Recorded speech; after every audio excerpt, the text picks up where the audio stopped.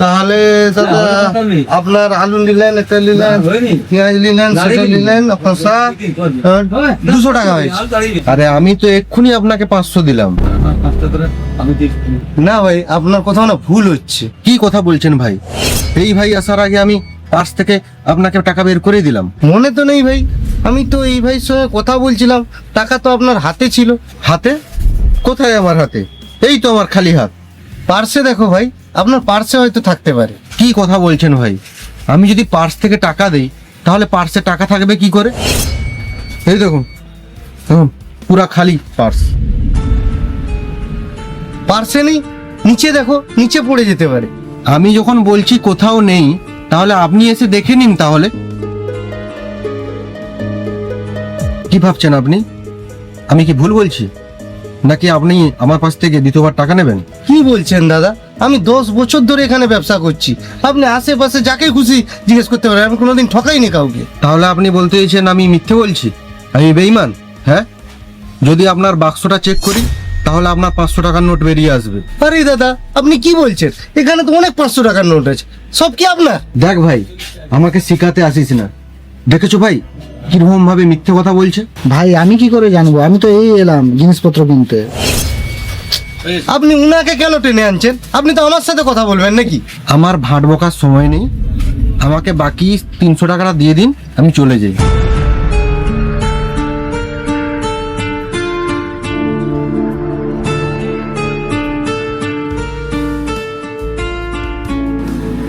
এই না, আপনি যদি আমাকে বেঈমান মনে করেন তাহলে এই টাকাটা রেখে দিন।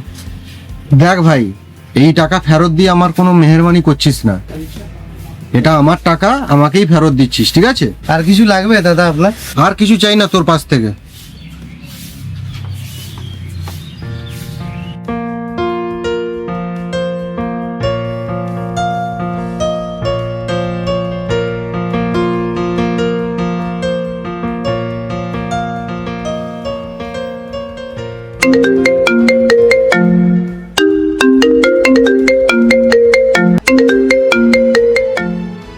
টাকাটা তো আমি পার্সে না রেখে আমি তো পকেটে রেখে দিয়েছিলাম।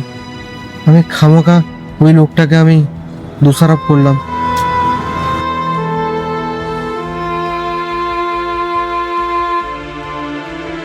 আর কিছু কি লাগবে আপনার? আর কিছু লাগবে না ভাই,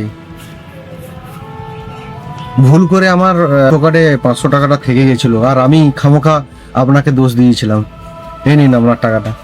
ঠিক আছে দাদা, ভুল করে কখনো কখনো হয়ে যাবে। আচ্ছা ভাই, আপনি আমাকে চুপচাপ টাকাটা দিয়ে দিলেন।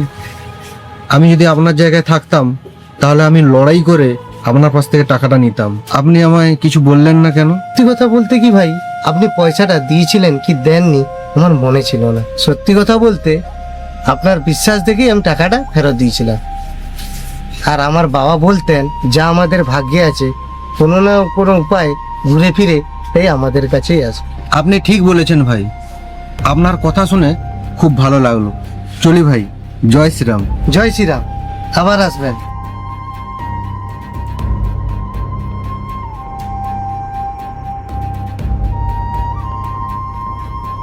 যেটা কপালে আছে সেটা আবার কোনো না কোনো ভাবে ফিরে আসবে।